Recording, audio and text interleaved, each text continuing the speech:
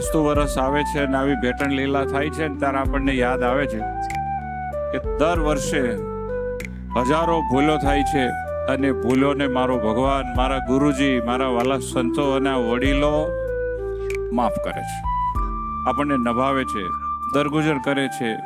અને આજે આપણે થોડું વિચારીએ છીએ પરંતુ પાછા ફરી ભૂલી જઈએ છીએ. આજે સાચા દિલથી માફી માગી લઈએ, સાચા દિલથી ઠરાવ કરી લઈએ અને વાલા મહારાજ રાજી થાય, ગુરુજી રાજી થાય એવું હવે આપણે બધા જીવન જીવીએ.